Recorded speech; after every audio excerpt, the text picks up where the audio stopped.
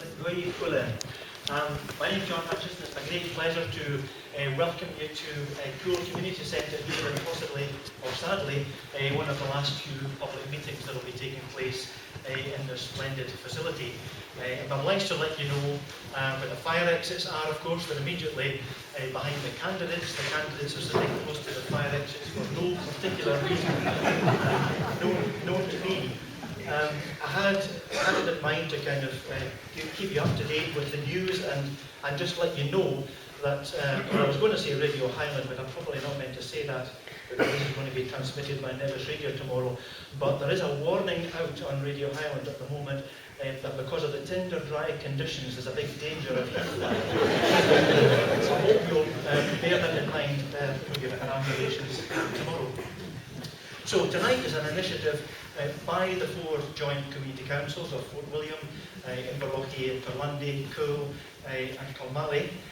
We're keen to collaborate as necessary for matters of common interest. So I'm really very pleased about that. It seems to be a really common sense thing to do. So hopefully soon this whole community will be renamed LINDSAY. So we just want to test that tonight. So I'm not a member of a political party, and I've been asked by the joint community council to chair this tonight, and I'll do that to the best of my ability with your support. So nominations closed for this constituency on last Thursday, on the 9th of April, and following that all parties were invited, and I'm pleased to see that they've all accepted. I shall see there's an empty seat for UKIP at the moment, but we're aware that Mr Anderson is on his way, if not very, very closely here. I'm very pleased that everyone is turning out tonight. But I think it's important just to reflect is that we're always told that politics is about the kind of society we want to live in.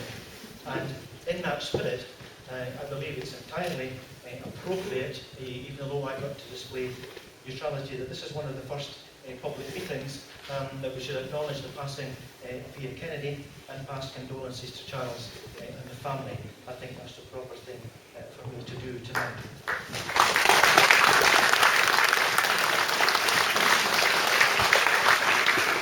This evening's proceedings is being recorded by Nevis Radio. We're very, very grateful to them because we're using their PA system, so hopefully this helps you to hear the proceedings tonight.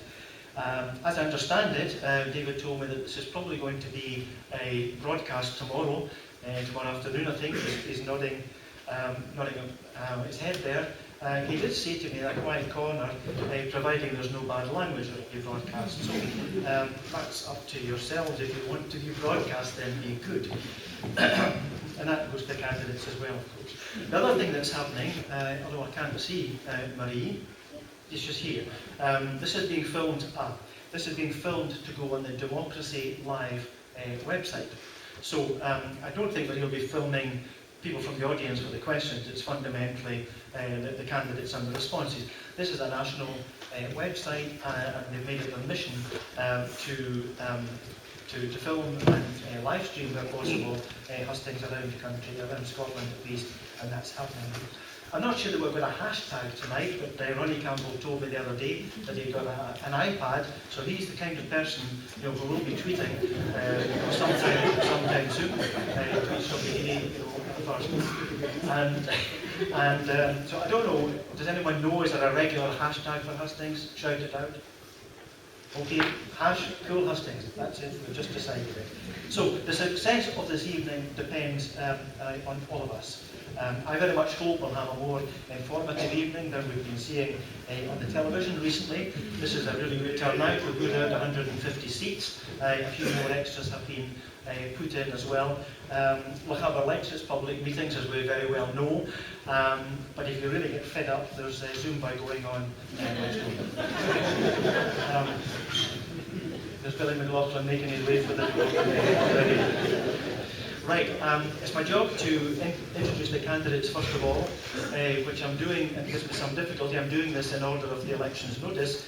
And the first is Philip Anderson of the UK Independence Party, Ian Blackford, Scottish National Party, SNP, Ronnie Campbell, Independent, CONNIFF, the Scottish Labour Party, Charles Kennedy, Scottish Liberal Democrats, Lindsay McCALLUM, Scottish Conservative and Unionist Party, and Thomas from the Scottish Green Party. So tonight is a hustings, not a debate. The idea is that candidates answer your questions. Each will have that chance in a particular order. The order will be set by a series of random numbers that I've got. That will be the plan to do that. So I do expect interactions. It's very difficult to stop them. But the theory tonight is it's not a panel debate, it's candidates answering your questions. So if you're asking questions, it would be better if you did ask questions and didn't give opinions. We want to hear the candidates' opinions, not with the greatest of respect the rest of us. Please don't ask who's going into coalition with whom. I don't think anybody on the speaker's table tonight will be able to answer that question.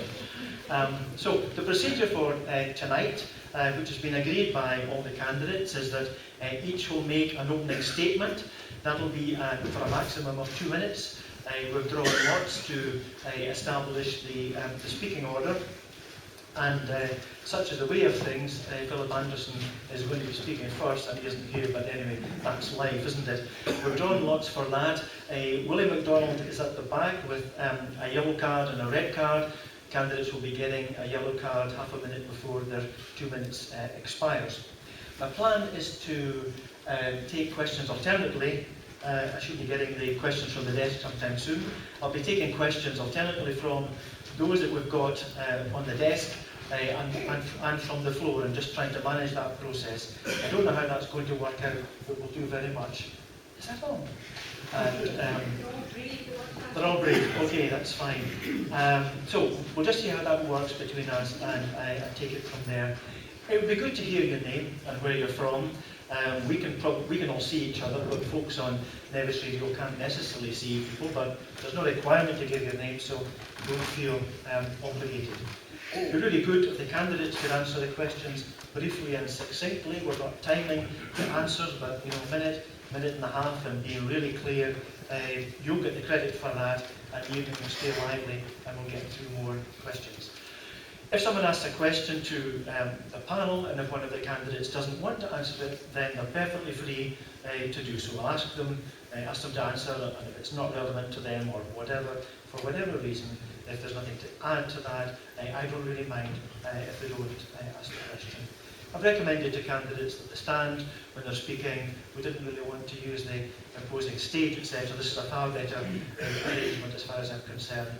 And by 9 o'clock, if not before, I'll start to ask the candidates to make their closing statements. We'll do that in reverse order, again for 2 minutes. So that's the plan. The kind of questions that we've got on the desk, we've got one on home rule, sustainable local employment, the National Health Service budget for the future, child poverty in our community, and the Official Secrets Act. So there are questions. That's interesting. You'll have plenty more in your mind. So I might just try that, take one or two alternately back and forth. So that's the plan. We don't have Mr. Anderson here yet. Number 2 to speak is Charles Kennedy. So with that, seconds out. Thank you, Charles. Thank you very much, Mr. Chairman. Thank you, John, and my fellow candidates and all of you, ladies and gentlemen. Of course, thank you for your generous expressions. Oh, I see, sorry. Thank you for your generous expressions of condolences for last week's sad event. Now, I just want to say briefly, obviously, by way of introduction, that this general election is about choosing our next Member of Parliament for the Westminster Parliament, and I hope over the years that I've been able to demonstrate in fulfilling that role a commitment to the area. In fact, this is the largest geographic constituency in the whole of the United Kingdom, and I must say it's rather pleasant to only have to come 5 minutes from my front door for this meeting tonight.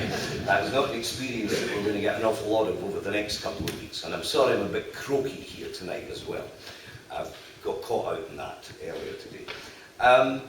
We're choosing a local Member of Parliament, and we're choosing one against, obviously, a very important national backdrop for Scotland and for the entire United Kingdom. And I think that one of the contributions I would want to make in the next Parliament, if you did me the honour of returning me, would be to ensure that from the vantage point of the Highlands and Islands in particular, as we're having more constitutional change with the Smith Commission and so on, that we want to ensure that what I think has been an unhealthy centralisation of power at our expense in Edinburgh, that when we're returning more power to Edinburgh, we also make an articulate, persuasive case in the Commons for more dispersal back to our area here. I'm thinking of the loss of finance and powers for the Crofting Commission, for Highlands and Islands Enterprise, the loss of the Northern Constabulary and the National Police Force. So there is a lot to be done in that next Parliament, and I would very much be privileged to have the opportunity to do it. Thank you. Thank you very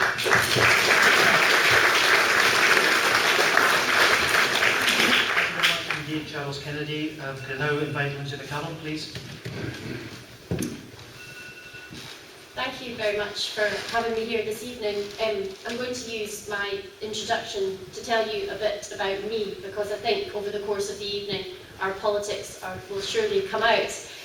Like many folk that grew up in the Highlands, I went to school locally and then left for travelling and university. I'm a Highlander first, Scottish second and British third. And being from the Highlands, I'd love to return work here full-time and be your Member of Parliament. A key part of my campaign is how we keep more young people here, so communities can truly thrive and be sustainable. And this will be at the forefront of my campaign. I was born and brought up on a farm on the Caol, and there's no doubt there are differences between the east and west coasts of this constituency, but there are also huge similarities. The need to resist centralisation to Inverness and Edinburgh, the need for less one-size-fits-all policy making that may work in the Central Belt but doesn't work here. People often say they're tired of politics and politicians. I'm a first-time candidate. I've not got an ulterior motive. I've not got a record to justify. I'm not here to defend Westminster because I want change too, from the inside. Politics does need a shake-up. It needs real people. I've got student debt. I don't own my own home, and I don't know when I will. The last 5 years have been very tough. No one can deny that. But we're coming out the other side. Now we have to make it better for everyone. Scotland voted to remain in the United Kingdom, so let's build on that. Let's work with others and make things better. If elected, I'd be Ross Lochaber's champion at Westminster, not Westminster's champion in Ross Lochaber. It's as simple as that. Thank you.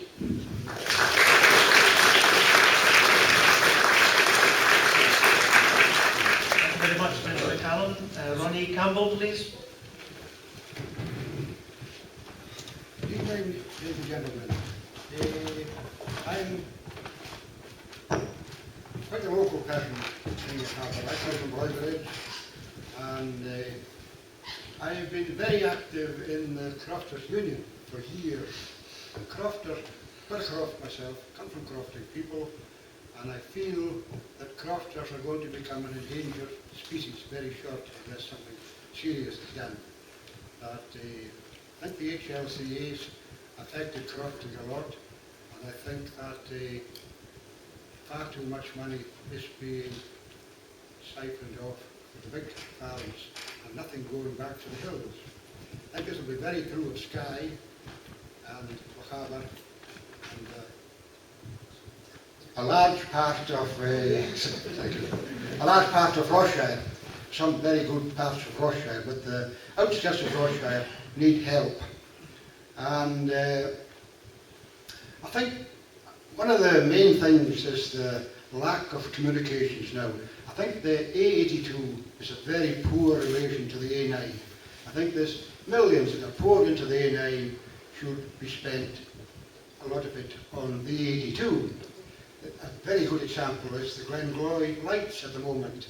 They've been about 3 years now, and if it's only now that they can get an access past that lights, if landlordism held that up for any length of time, I would certainly go for a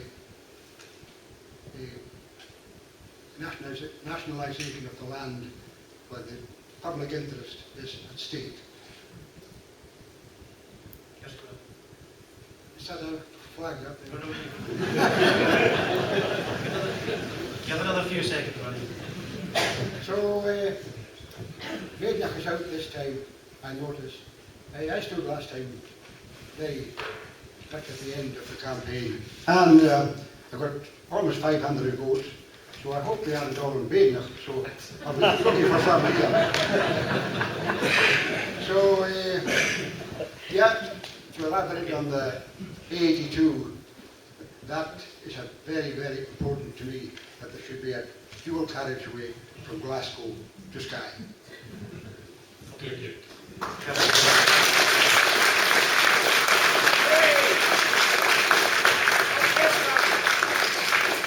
Another very important... That's grand, Ronnie, thanks. Yeah, you can come back to points later on. As you can.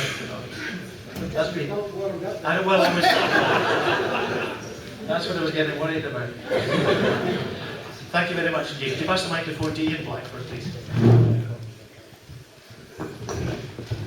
Thank you. It's a pleasure to be here. It's great to see so many people, as I've seen at public meetings up and down this constituency over the last few weeks. I live in Skye, where together with my wife I run a croft and have some local business interests as well.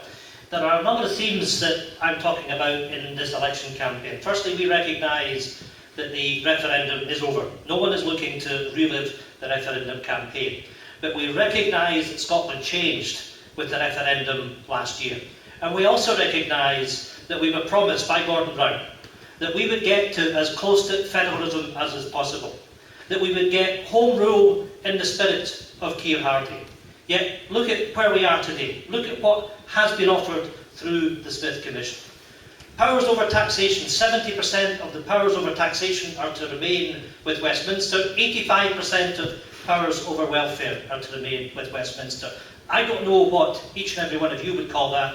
I don't call that home rule. So we're saying to everybody in this constituency to lend your vote to the Scottish National Party in order that we deliver powers for a purpose back to the Scottish Parliament. Because the reality is that we compare what is a popular Scottish government with an unpopular Westminster Liberal Tory government. And if we want to make a difference to people's life chances, to deliver sustainable economic growth, then we need to be able to do that. Secondly, we're saying that austerity has failed. 25 billion of cuts which have come from the coalition government over the last 5 years. We want to see an alternative which is investing in our communities, a modest increase in government spending of 0.5% per annum over the next few years, investment in our infrastructure, investment in the roads which has been talked about, putting people back to work, creating the tax revenues which will drive the deficit down, not by punishing people, but making sure that we're creating a better future. So it is time for a change, and I'm asking you to use your vote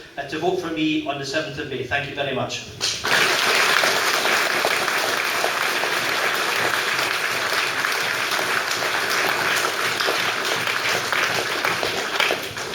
Thank you very much, Ian Blackford. Chris Conniff, please.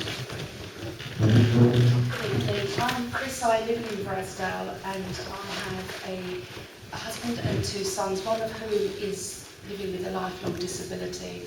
And I stood as a candidate because I got very angry on his behalf when he was subjected to the bedroom tax and then had to go to an ATOS interview. I'm also involved in community development work, and that takes me throughout the constituency, and the call from communities over and over again is that they're being disempowered. They've got no power over their decisions. All the decisions are being taken out of their hands. So I'm standing as a candidate that knows this constituency, has lived and worked in this constituency, and thinks that the mark of a really strong community is one where the most vulnerable are really looked after by that community and by government policies that back that up. And also pay people a fair wage for the work that they do and don't exploit them. So if you want to see that, that's why you'd vote for the Scottish Labour Party and for me as a candidate. Thank you.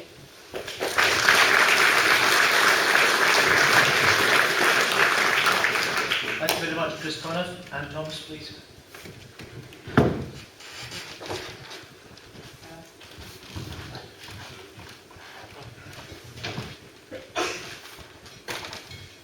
I'm Anne Thomas. I live on the Black Isle. I wonder how many of you have seen the sandwich experiment. Two toddlers sit in front of the camera and we wait, and one's given a sandwich and one's given an empty plate. And what happens? They share. Sadly, as a society, we seem to have forgotten what toddlers know automatically, that we need to share. Our economy is for people, not growth at any cost. We live in the 6th largest economy in the world. Surely we can afford to feed our children. Yet over the last 5 years, we've taken from the poor and given to the rich. We've tried to feed the deficit monster. We've called it austerity. It's not worked. The result is doubling of the national debt. Because the rich don't spend money in the local economy, they stash it away in tax havens, or they spend it on holidays, or they buy second homes, so ordinary people can't have one home. I was here at Easter. It should be a time of feasting, but for me it was a first, a visit to the food bank. 600 people were fed there last year. The BMJ has it on the front that the rising food banks. We've forgotten that we live in a shared planet, shared with our neighbours on the other side of town, shared with people on the other side of the world, shared with future generations. We can only afford to reduce 1 tonne of carbon emissions per year, but in Highlands the average is 17. So we need radical change, massive investment in energy efficiency, in renewables, in cycling, in public services, public transport, safe in public hands. A better world is possible. Greens stand for people, planet and peace.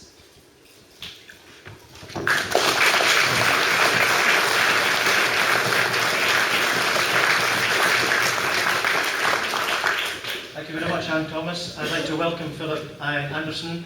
Wasn't able to do so at the beginning, but Mr. Anderson, would you like to give us your opening statement, please, for 2 minutes?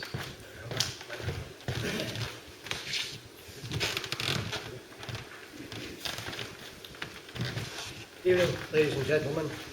We have quite a fearsome prospect. We have a sort of my introductory sort of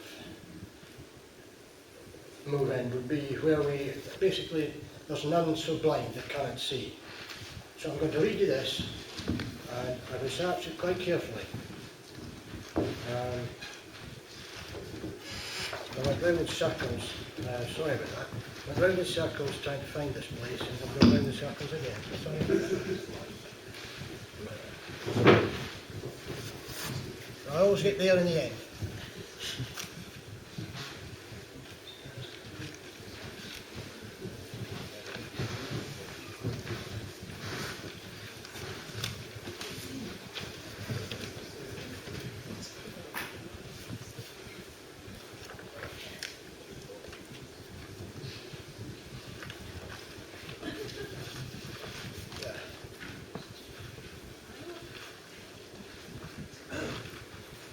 My name is Philip Anderson. Here we go again. We own a family farming partnership, and we've diversified into a large question centre in the Highlands. Also operating as contractors, building hill roads and maintenance of farm roads. Could you just hold your microphone closer to your mouth, please? Yeah, that's good. We are now at a critical crossroads in this general election. For those of you, here we go again. I've actually left the paper at home, sorry about that.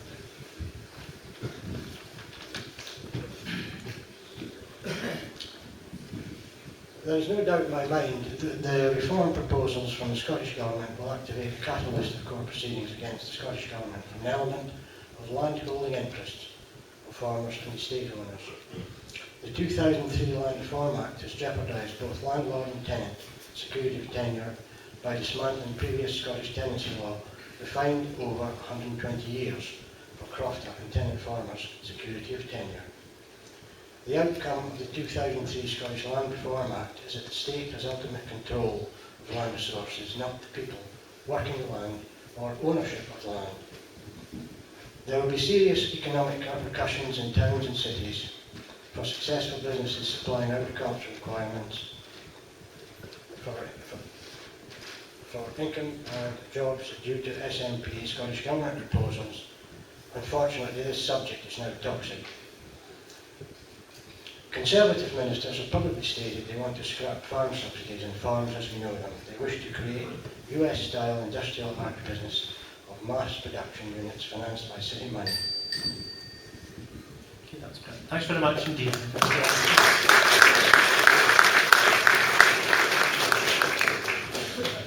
Okay, well, we've heard the opening statement, so it's now appropriate to move on to questions. I told you what we have on the list from the desk here, but would anyone like to ask an initial question? Here's a hand. Thank you. Could you just use the microphone? Sorry, here's John. Hi, Johnny Sloan, Caol. A question to all the candidates. Why should I vote for you in 3 words? Okay, right, thank you. Anne Thomas, please. People, planet and peace. Okay, thank you. Charles Kennedy.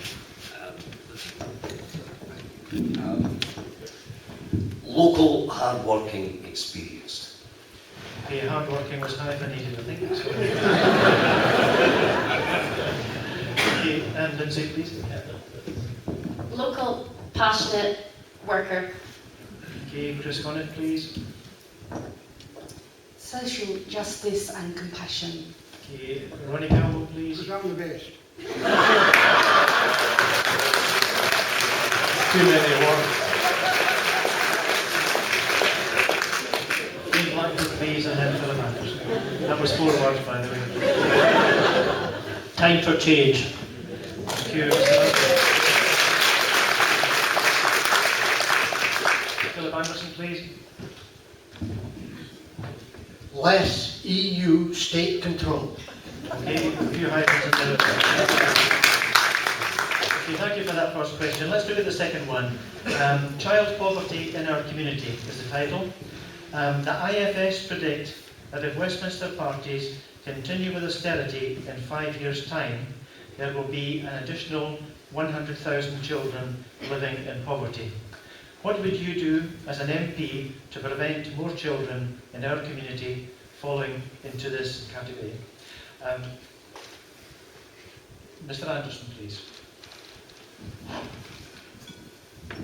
I would cut back the foreign aid programme from 12 billion to 10 billion for starters. And I would also, by withdrawing from the European Union, I would save this country £56 million a day that we pay into the coffers of Brussels. And that money, if we withdrew from Europe, would become available for our social service, or we could build a hospital, new hospital every year. It's endless what we could do without EU state interference. Thank you. Chris Conniff, please.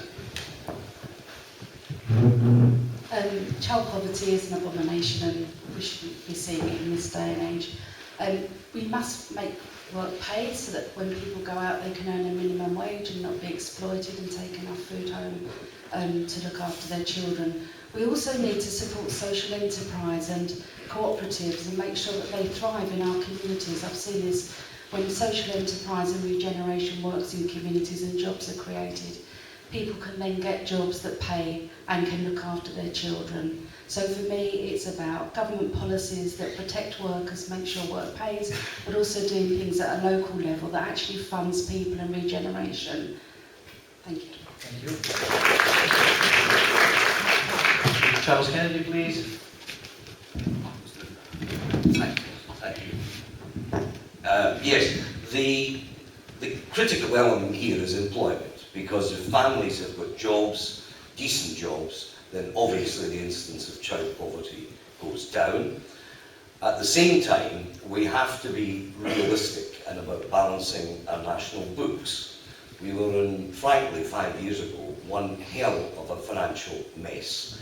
And if we return to that, then I'm afraid to say that the incidence of child poverty, locally and nationally, will just rise inexorably again. That's the first and most important thing that we've got to do. In addition to that, however, I have been critical of aspects of the austerity programme. I was, for example, against the bedroom tax and other measures like the reversal on student tuition fees. I think these have discriminated against young people unfairly, and as your representative in the next Parliament, I would continue to stand for those principles and those policies which I hope have guided me over my years locally and nationally. That will be the approach.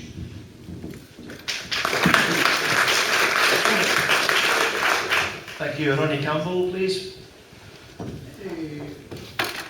Well, area of land is so huge in this constituency, and it's been wasted so much with wild land and so forth. When I was young, there was thousands of sheep in the hills, and they were contributing so much to the economy of the country, and they're sadly gone now.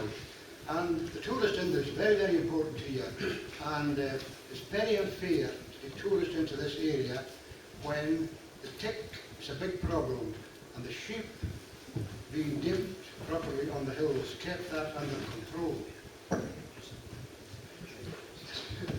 So that the tick was controlled. This happened that way ahead of us are the big grouse mowers. They buy sheep and use them as tick mobs. Now, people coming from a strange part of the country that aren't immune to tick, it's very unfair. When they go to the hill, they can get Lyme's disease, and that, to me, would be one of the great reasons why we have to get livestock back on our hills. And plus, when it's not being grazed, there'll be a huge wildfire. We had 2 dry days there, and we had wildfires almost uncontrollable. So what happens if we get 10 days of heat that's coming in the weekend? Fire brigade won't be able to cope. Thank you very much.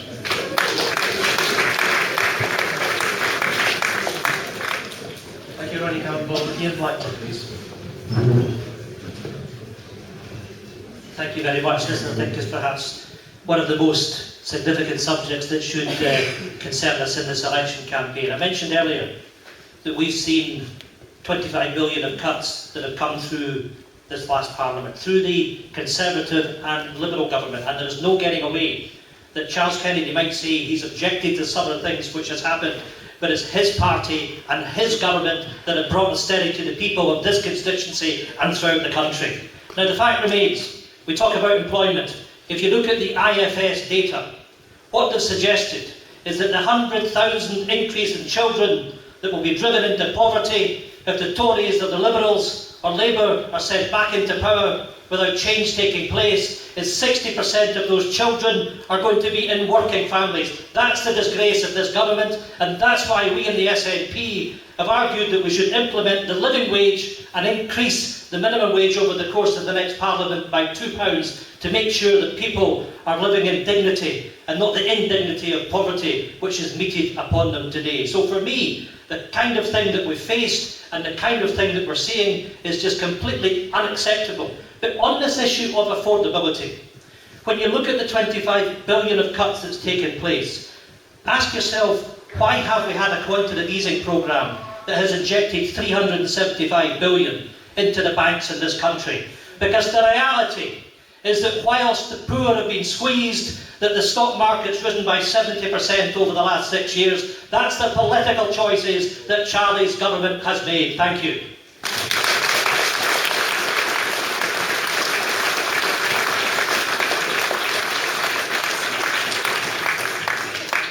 Lindsay McCALLUM, please. Well, I think nobody wants to see any children living in poverty, and two of the biggest reasons that children often do is educational attainment and coming from a workless household. Now, jobs is definitely one way out of poverty, but people absolutely need support and they need to be able to live on what they earn. In my party, the Scottish Conservatives, have said that they would like to incentivise businesses to introduce the living wage through reduction in business rates, amongst other things. I think that's really important, especially in a constituency like this, where small and medium-sized enterprises make up about 80% of the employer. So anything you can do to help those businesses out. Because whilst we might be able to say we can introduce the living wage, we have to be able to keep the jobs there, because there's got to be a balance between being able to pay people and also being able to have the jobs. And so we have to help businesses out to be able to do that. The other thing is educational attainment, and early years intervention and investing in children in early years is one of the best and most sustainable ways to help them out of poverty. And that's something that, again, the Scottish Conservatives have been very keen on, and we recently introduced a document which had a collection of essays from a series of professors on this. If we invest in children in those critical early years, that will help them make the route out of poverty, and also help them have a sustainable way to earn more in the future, and help their parents to provide for them. Thank you. Thank you, Lindsay. McCALLUM. Anne Thomas, please.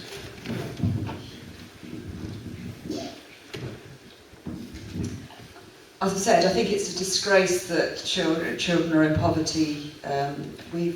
The food bank fed 137 children this year. And yet we're talking about spending 100 billion on replacing Trident. So surely we should get our priorities right on that. We should also, the Green Party wants to raise the living wage to £10 an hour by 2020. We want to scrap sanctions. I think that's the reason a lot of the people end up at the food bank. They literally have nothing. And we should stop companies like Starbucks avoiding their tax, and we should make sure that land value tax is introduced so that people like Grouse estates actually don't pay tax at the moment, whereas the poor can't afford to eat, and children can't afford to eat. So we need to get our priorities right.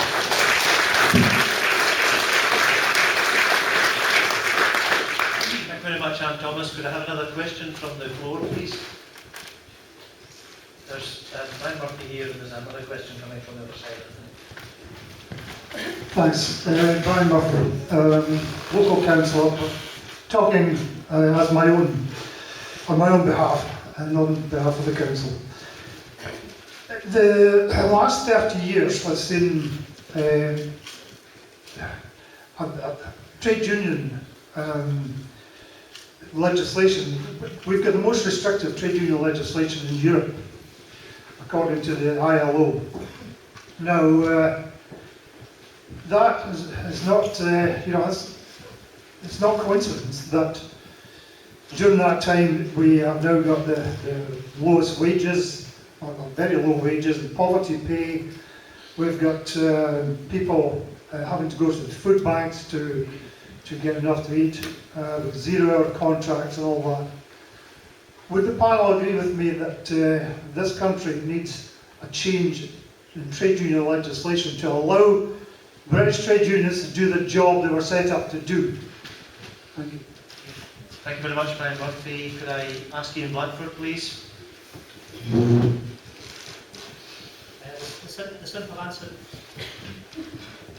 The simple answer is yes. I mean, I've been involved in a situation just further up the coast at the British Underwater Training and Evaluation Centre, where the company there de-recognised the trade union 3 years ago. And I've been asking management to reinstall the right that the workforce there to be engaged in their own future. Now, there's a very important issue just in this one specifically, because we know that there's a proposal which has come through the Ministry of Defence that would double the exclusion zone in the Minch.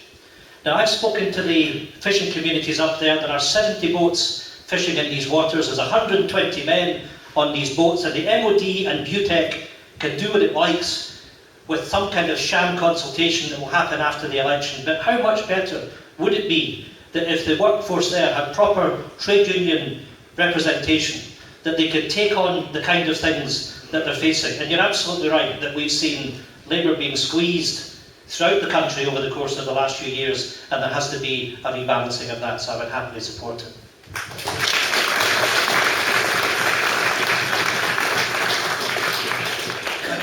Thank you, Ian Blackford. Ronnie Campbell, please. Trade union legislation. Well, right on our own doorstep here, you will see the tail race coming out of the factory. That's an immense amount of water. That's coming off the Lochaber Hills. And I believe it's producing nothing, very little now, but electricity. And I believe Rio Tinto are getting the benefit of this, not in Australia and in America. That should be distributed in Lochaber. When I was a boy, there was people going from Hampton to work in the VA with carbide lamps. And that was a village of Inverlochy was created. And now it's dereliction.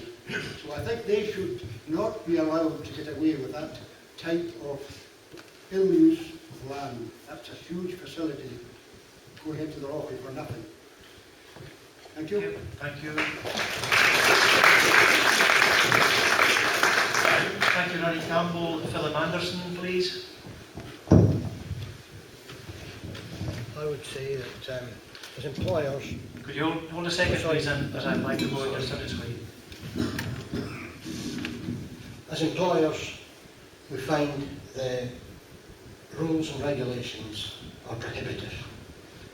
So if we're going to reform trade union rules, we have to be looking to medium-sized employers much more sympathetically.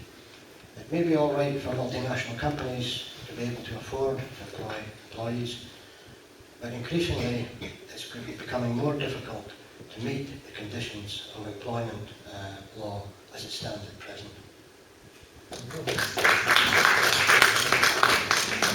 Okay, thank you, Philip Anderson. Charles Kennedy, please. I've always been, ladies and gentlemen, a firm supporter of the principle of trade unionism. I think it's a vital aspect of a balanced, fair society. And I think that we have seen, over a number of decades, as Brian's question said, under successive governments, an imbalance developing. And I think that we do need to look at that in the future. However, I come back to the point also about economic realism. In the event, for example, of an independent Scotland, there will be no guarantee that there would be an MOD defence facility at Caol and jobs to be protected. And also, we have to bear in mind that just up until the time of the referendum, the promises that were being made about the scenario for independent Scotland were based on the price of a barrel of oil in excess of $100. Today, it is $53. I think we have to bear that in mind as well, ladies and gentlemen. Thank you, Charles Kennedy. Can we have LINDSAY McCALLUM, please? I think it's called Project V is still alive. Okay.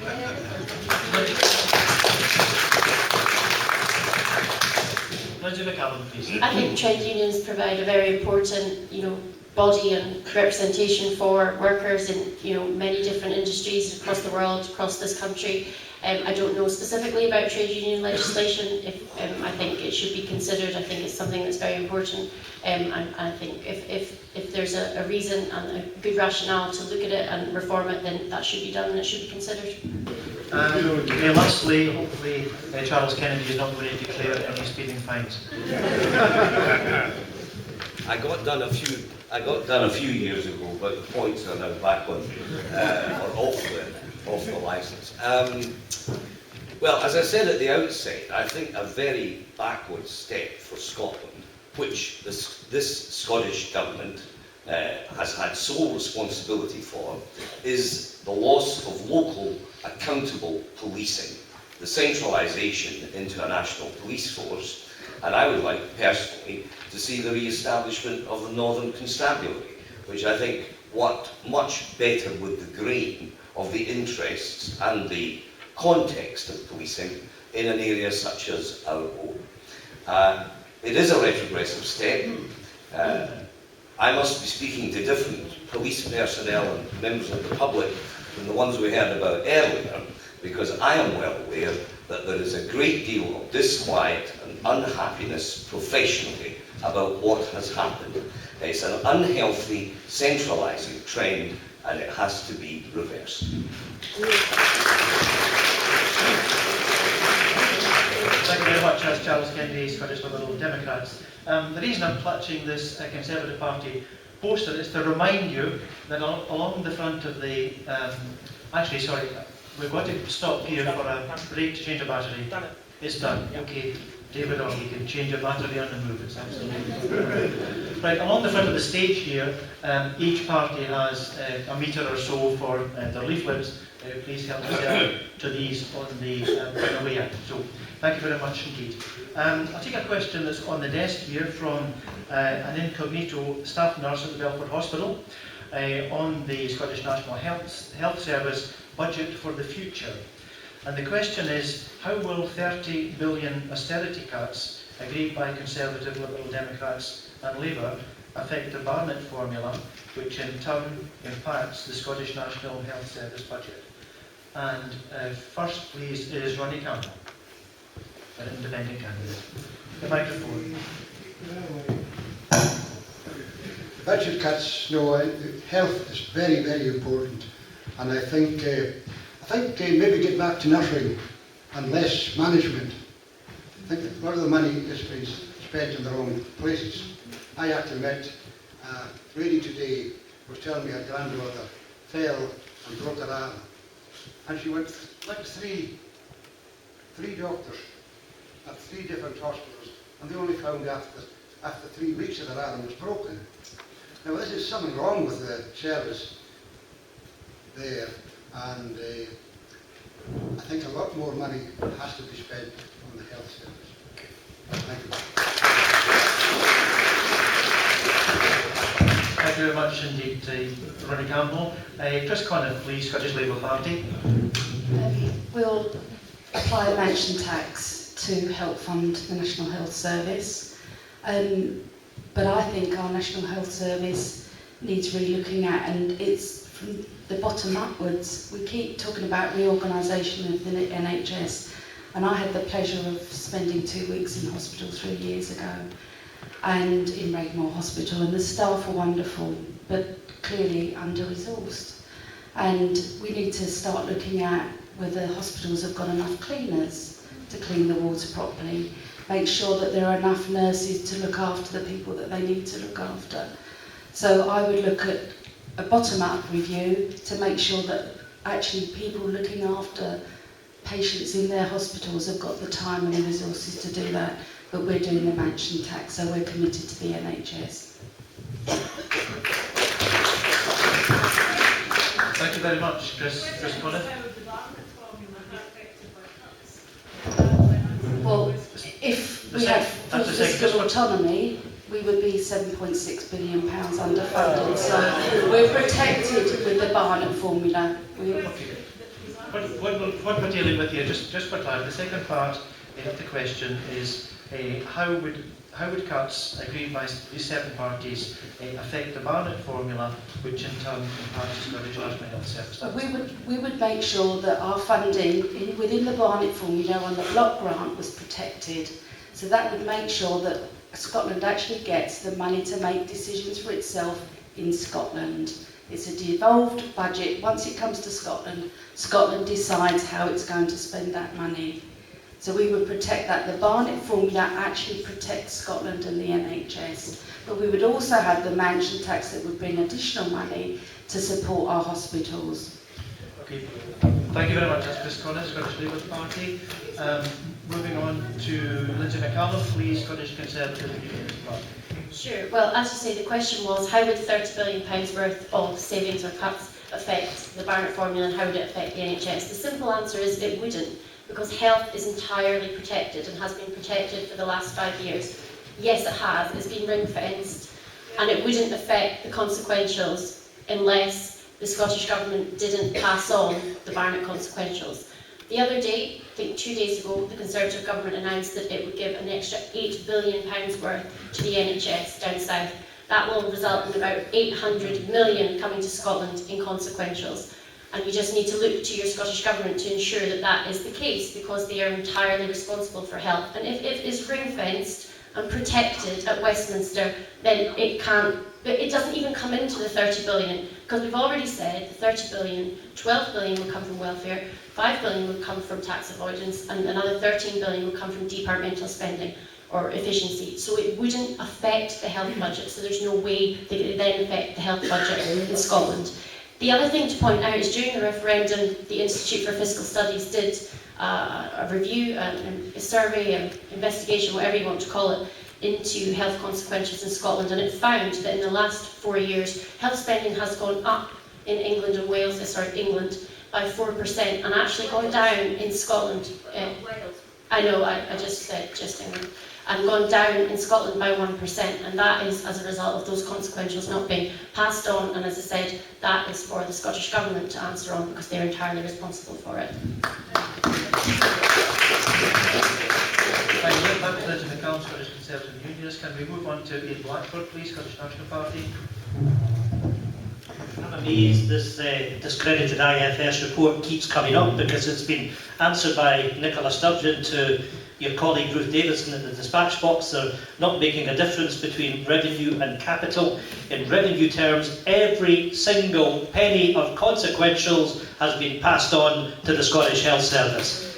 Let's look at the reality of this, because we're seeing spin coming out of every orifice in this platform up here. Let's be real, there's 30 billion of cuts to come down the pipeline over the course of the next few years. And you can say there's 13 billion of savings to come from departmental savings. Well, does that not include the health service? Or does it mean the pressure has got to be increased elsewhere? Because it's been perfectly shown that what's happened over the last few years has put intense pressure on our public services and the poorest of our country. And the choice that you've made is to go down the road of quantitative easing, which has meant the rich has got richer while the poor have suffered. That's why we're saying there is an alternative, and it's a responsible alternative. But to answer the specific question, the 30 billion of cuts that's coming, that all three Westminster parties signed up to a few weeks ago in the House of Commons, including the Liberal Democrats,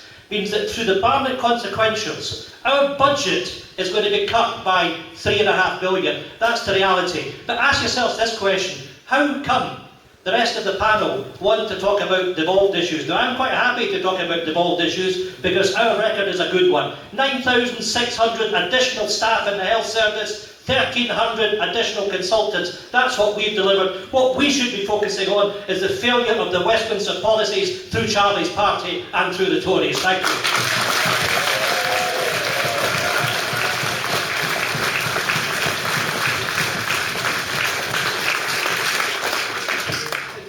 Point out that the question was about a devolved matter, and the question particularly focused on the Scottish National Health Service.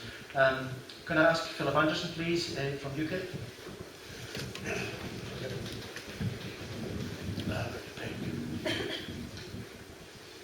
Well, we in UKIP have a totally, it's right here all in black and white.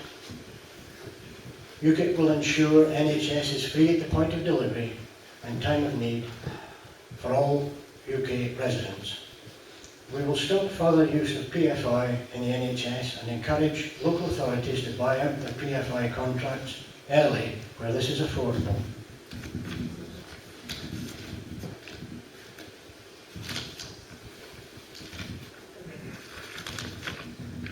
UKIP proposes plans to charge patients for visiting their GP. We will ensure that visitors to the UK and migrants, until they have paid national insurance for 5 years, have NHS-approved private health insurance as a condition of entry to the UK, saving the NHS £2 billion per annum. UKIP will commit to spending 200 million of the 2 billion saving to end hospital car parking charges in England. Hopefully it apply to Scotland as well. We will replace, monitor and the Care Quality Commission with elected county health boards to be more responsive scrutineers of local health services. These will be able to inspect health services and take evidence from whistleblowers. UKIP opposes the sale of NHS data to third parties. We will ensure foreign health service professionals coming to work in the NHS are properly qualified and can speak English to a standard acceptable to the profession. UKIP will amend working time rules to give trainee doctors, surgeons and medics the proper environment to train and practice. There will be a duty on all health service staff to report low standards of care. Thank you. Thank you, Mr. Anderson. Moving on now to Charles Kennedy, please, Scottish Liberal Democrats. Thank you. We did, of course, discuss this pretty exhaustively during the referendum campaign, and of course the outcome of that vote, in which this was a very significant issue in people's minds, was in itself, on a massive turnout, very clear-cut. And I think that the issue was well addressed. Well, could I just say gently to nationalist friends and supporters of independence in the room, there is a great irony here to be expressing such concern about the Barnett formula, because come the day of independence, if that's what Scotland arrives at, there will be no Barnett formula. Because there will be no United Kingdom.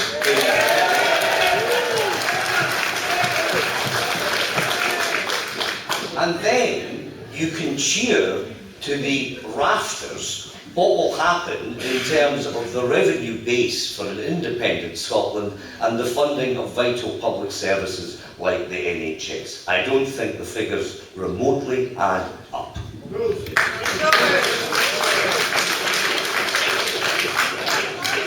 Thanks very much, Ian, Just very briefly, if I may. No, I'm sorry, because this is not about the referendum. Ian, I'm sorry, I'm in charge. But the point is, in each of the last 34 years, we've contributed more to the UK than we've taken out. Please. I'm sorry I spoke across you, but we're trying to work through this here. There will be, I know there will be more NHS questions and an opportunity to touch back on this again. Lastly, Anne Thomas, please, of the Scottish Green Party. Talking out of turn, like me and like other people. That's fine. Anne Thomas, please, Scottish Green Party. Get punished. Miss one turn. Speak out of turn.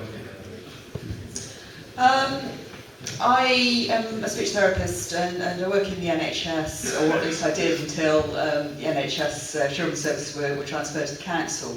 And we do face a terrible problem because we've got an ageing population, which is great because people are living longer, but they're having more complex conditions and they're needing more healthcare. So we need to spend more money on the NHS, but we need to spend money in the right places. We do spend a lot of money on management, which perhaps could be better targeted if we listen to people on the ground and what is actually needed.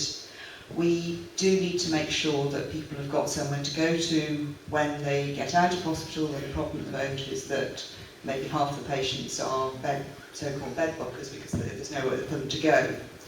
And we do need to spend more money on preventative health because that's much better for people not to be ill in the first place. And if we spent more on prevention, then we might be able to manage better.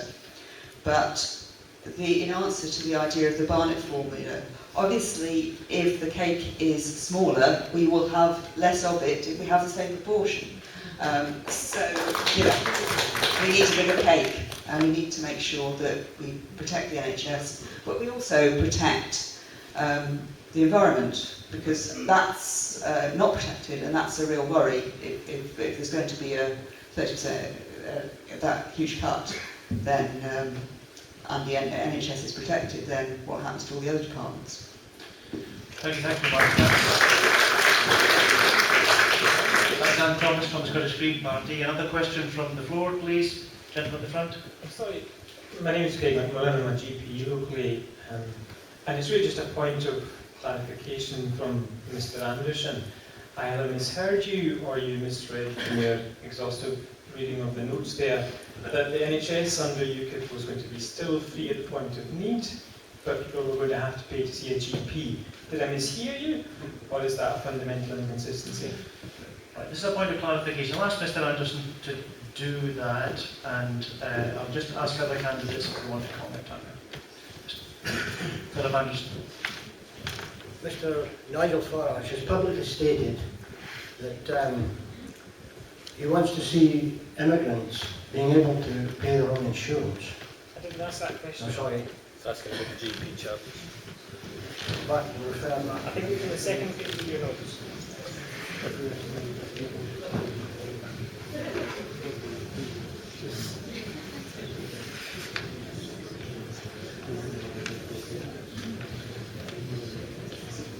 Right, if we don't get this soon, we'll go on to another question.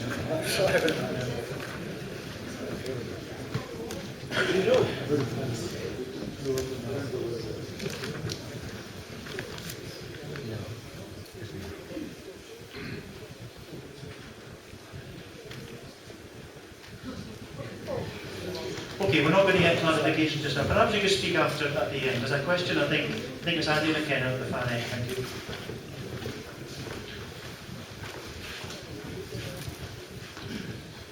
Thank you, good evening. Andrew McCallum from Fort William. The UK government spends 5% of our GDP on defence, and this includes the cost to maintain our nuclear deterrent. So that means we spend 95% of our GDP on everything else. Some politicians describe the renewal of Trident as a £100 billion expenditure. The estimated cost has also been described by other politicians as £100 billion over 10 years. That's all the way to say it. That's £10 billion a year, £3 billion less than the UK spends a year on housing benefit and disability living allowances. If you're elected, will you be transparent about the debate over the nuclear deterrent and talk about this topic as either a defence issue or a moral issue and not a financial one? And also, should the debate about nuclear weapons not be for the people to decide in a referendum?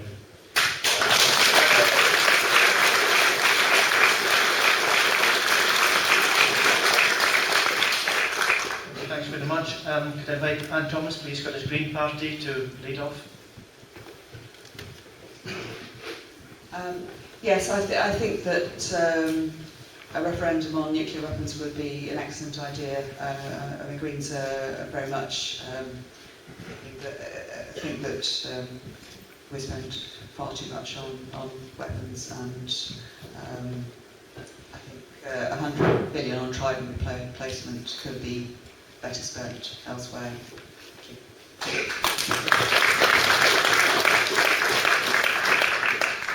Thank you, that's Anne Thomas, Green Party. Ronnie Campbell, please, Independent. Nuclear weapons, this is a very interesting point. Who are we trying to save ourselves from nowadays?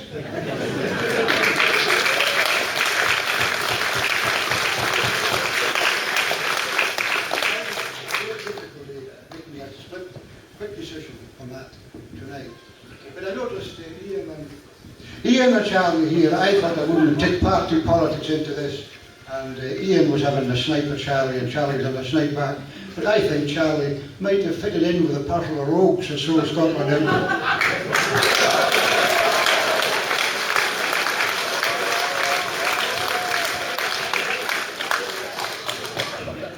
Thank you, that's Ronnie Campbell, Independent candidate. Could I ask Ian Black for Scottish National Party, please? Yes, this for me is a very simple issue on moral grounds and ethical grounds and any kind of grounds you can imagine. I'm wholly opposed to nuclear weapons being based in our country, and I want them removed at the earliest opportunity. Now, you know, Charlie talked about oil. Let me tell you this, that we could be exploring for oil in the Clyde, but the reason that we can't is because the Ministry of Defence has stopped us because they're bringing the Trident nuclear submarines up and down that area. If you think what has happened in the north east of Scotland with the oil boom, and we know that oil was discovered in the Clyde in the early 1980s, and you think about the deindustrialisation that took place, and I would swap any day the economic opportunity that we would have had from an oil industry in the west of Scotland rather than these weapons of mass destruction. But you know, we're not just facing a decision in the next Parliament of spending £100 million on rusting hulks. They've already started.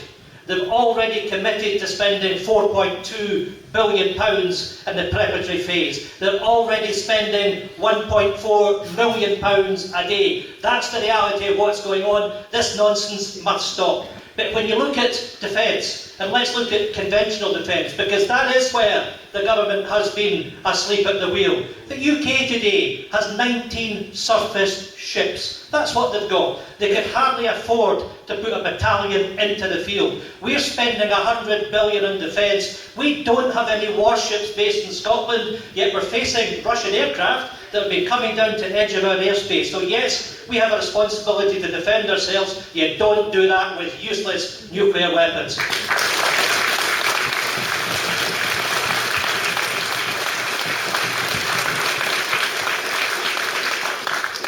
Thank you, Blackford. Chris Conniff, Scottish Labour Party, please. It's well known and well documented that I oppose anything nuclear. So I oppose the renewal of Trident. I oppose anything nuclear. I think it's dangerous. We can't deal with it. We don't know how to deal with it. And why would we want a weapon of mass destruction when we're trying to tell other countries that they shouldn't have them? I would fight, if you voted for me, I would stand up against people in my party that are for them. I've done it since I've been a member of the Labour Party. Nothing is changing.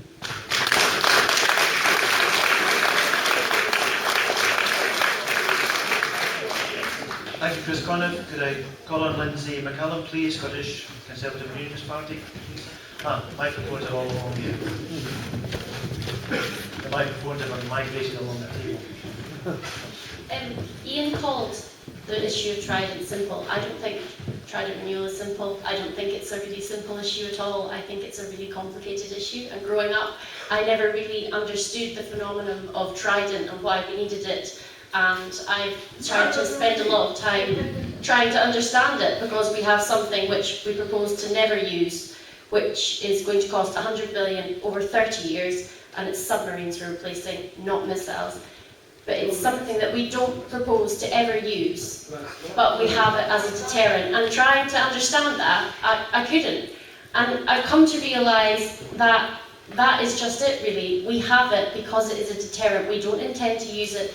We don't want to use it. But when we have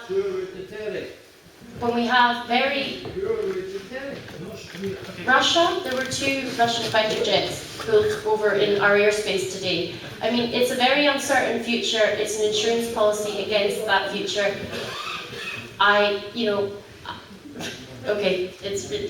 All I'm saying is that I think we need to think responsibly, because although we can object to Trident, nobody wants nuclear missiles, nobody really wants nuclear weapons.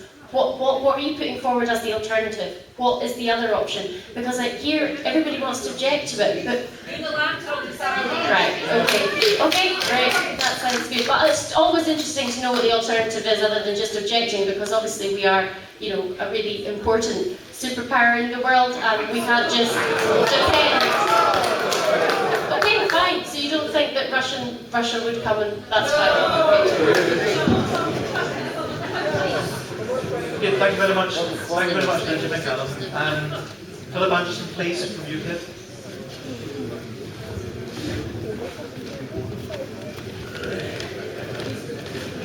Yes, it is a complicated subject, but we have to remember that America, basically Britain, is a jumping off point, as we know, and always has been for many years. So I wouldn't be surprised for a minute that there's a lot going on behind the scenes with regard to nuclear submarines and renewing Trident. Plus, I would like to point out that we are running down our armed services, seriously running them down. If we wanted to defend ourselves tomorrow, we couldn't. But the fact is, Mr. Cameron has been negotiating behind the scenes again to try and form a Euro Navy, a Euro Army, and a Euro Air Force.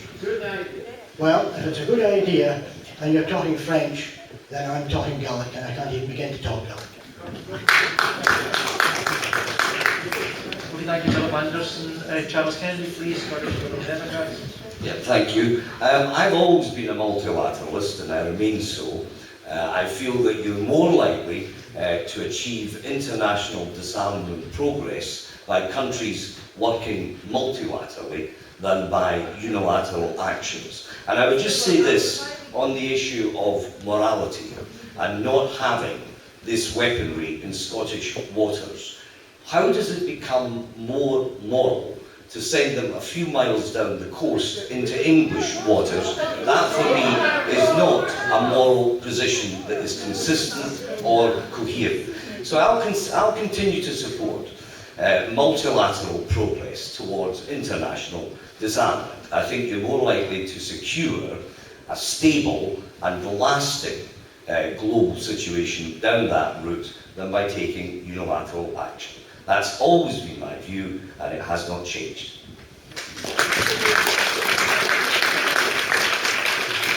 Thank you very much, Charles Kennedy. Moving on to a question now on childcare that was lodged at the desk. Now the question is, what are the candidates proposing to help mothers return to work? How can women be expected to work for nothing if all their salary pays for childcare? Surely women who want to work and pay taxes and national insurance should be supported to do this. Currently, many are better off not working. And we'll go to Philip Anderson, please, to start.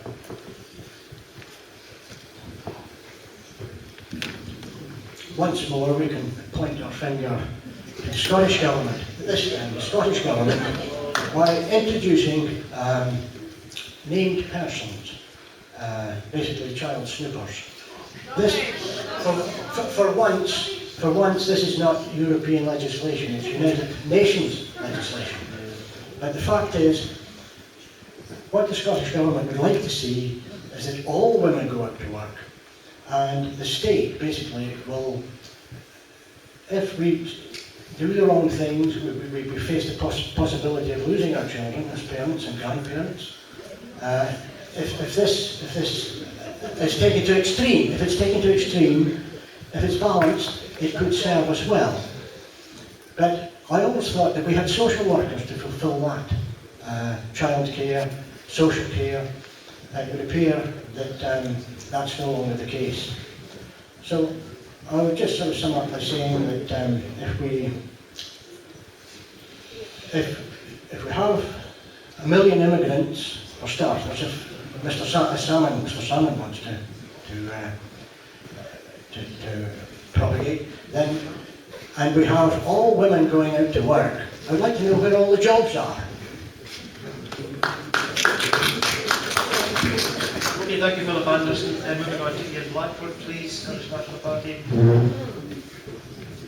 Yes, thank you very much. I'm proud of the actions that the Scottish Government has taken to improve access to childcare, and we have, of course, a commitment to increase that to 1,000 hours over the course of the coming years. I think one of the things that we've seen with Nicola Sturgeon as First Minister is a real commitment to gender equality. It's not about, as has been said, forcing women out to work. It's about creating a level playing field where women have the option, if they so choose, to go out to work. But I'm afraid this comes back to the issue of more powers. Because we know that we've got enhanced participation in the labour market from women. And we're desperate to make sure that women can compete on a level playing field. We want to see gender equality in politics, we want to see it in the workplace, we want to see it in the boardroom. But if we are to invest in childcare, then we need the resources to do that. And that is the problem with the proposals from the Smith Commission. Because if we invest in childcare, and more women go into the labour market, and they pay national insurance, and the employer pays national insurance, and they pay VAT on the goods they buy in the shops, and so on and so forth. None of that revenue comes back to Scotland, and that's what I'm talking about the powers to invest in our people and grow the economy, and that's why we need to make sure that the MP that you send down to Westminster can deliver back the powers so we can deliver equality for women.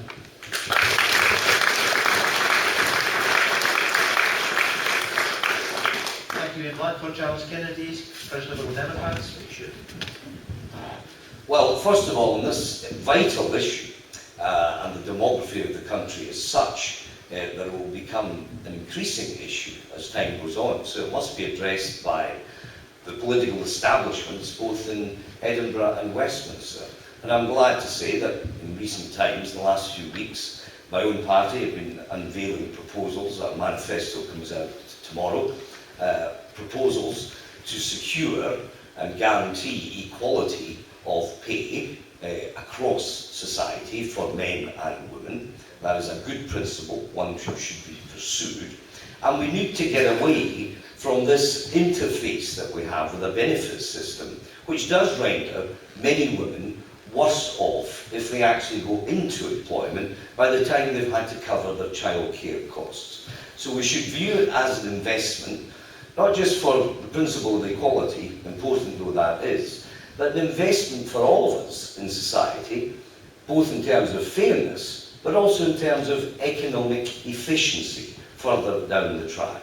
Now that's what we've been arguing, that's what we will be putting forward as this election unfolds, and I hope that's something that I can give my support to in the next House of Commons. Thank you, Charles Kennedy. Chris Conniff, Scottish Labour Party, please. Yes, as a mother of two sons and having gone back to work and had the high cost of childcare brought home to me, I support really good quality, low cost, subsidised childcare places and the minimum wage for women when they go back to work, and making sure that our communities are regenerated so that there are jobs available for women and men if they go back to work after they've been looking after their children.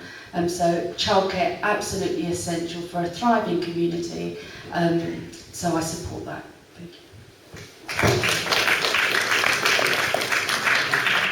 Thank you, Chris Conniff. Anne Thomas, Scottish Green Party. Please. Yes, Greens believe that we should switch to a citizen's income, which means that there's a payment for every man, woman and a smaller payment per child, so that everybody has a basic level of income. And this would mean that women could actually choose whether to go out to work when their children are small or not. I mean, I had 5 years out of the workplace looking after my children. Sadly, a lot of women now don't have that choice. They have to go back to work in order to pay for rent and mortgage and so on. And that would actually stop this interface between the benefit system and work, that would be much more gradual and people will be able to have meaningful jobs. And we also want a £10 living wage so that all the jobs are worthwhile working at.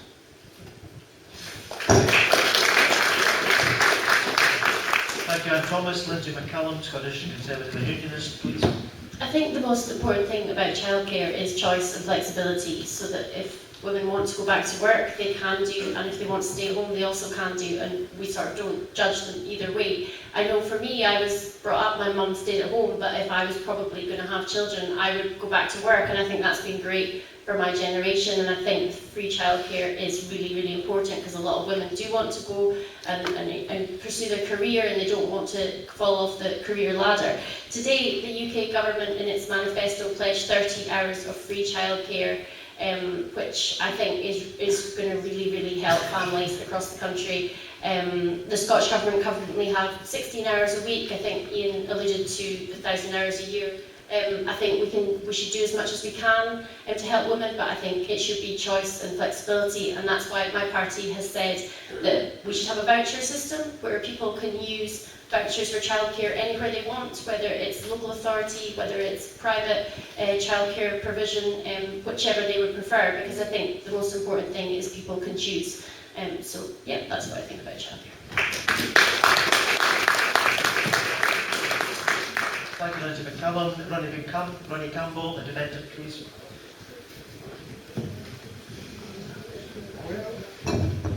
growing up, the most important person in the family was Granny. Keep Granny at home. She'll look after the children and give her a big increase in pension if you stay at home and look after the children.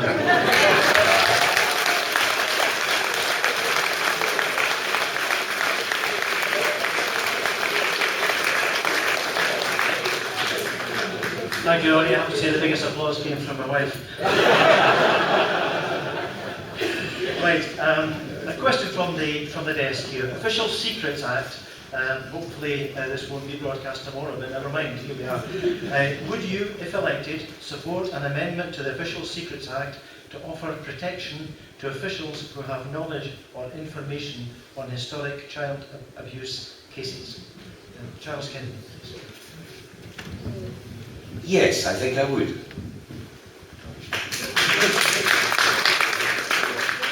Philip Anderson, please.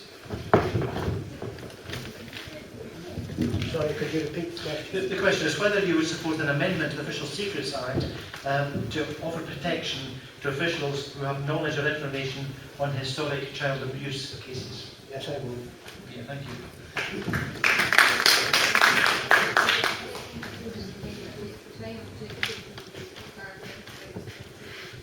Right, I'm going to read the question again, and maybe, is this you? No, I'm just going to read this question again so everyone understands. Might be a biased question, I'm not sure.